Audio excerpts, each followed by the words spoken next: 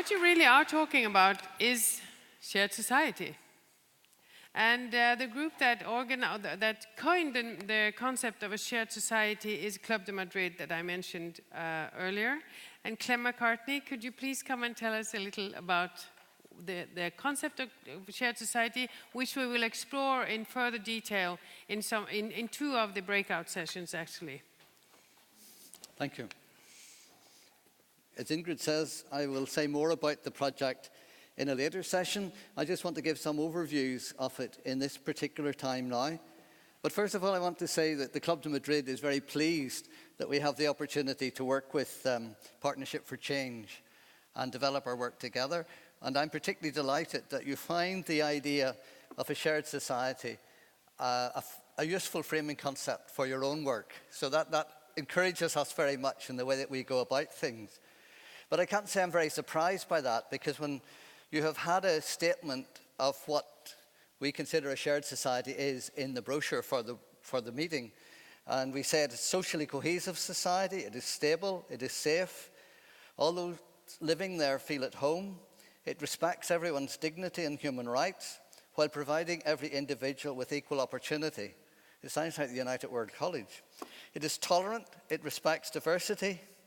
A shared society is constructed and nurtured through strong, enabling political leadership. As Bjorn has said, we need leadership.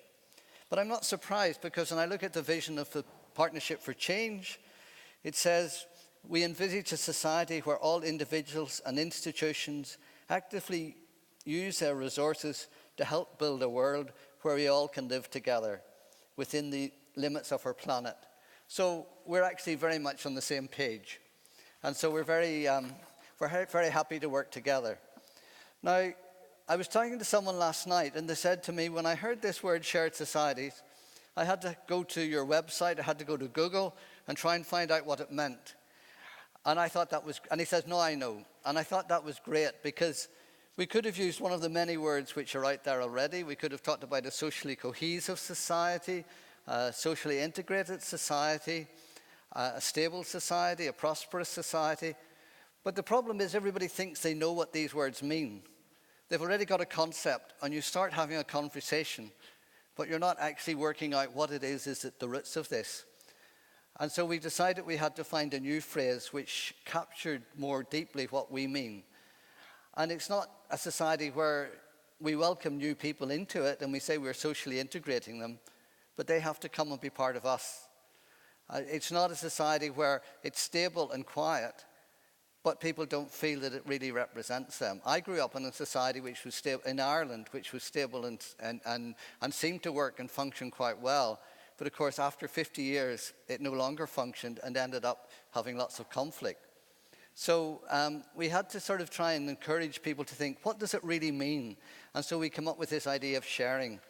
Another word that we use for it is, another term we like to say is, it indicates the way life, culture, values, customs, practices, and the benefits of the society are not owned by any one group, but belong to all.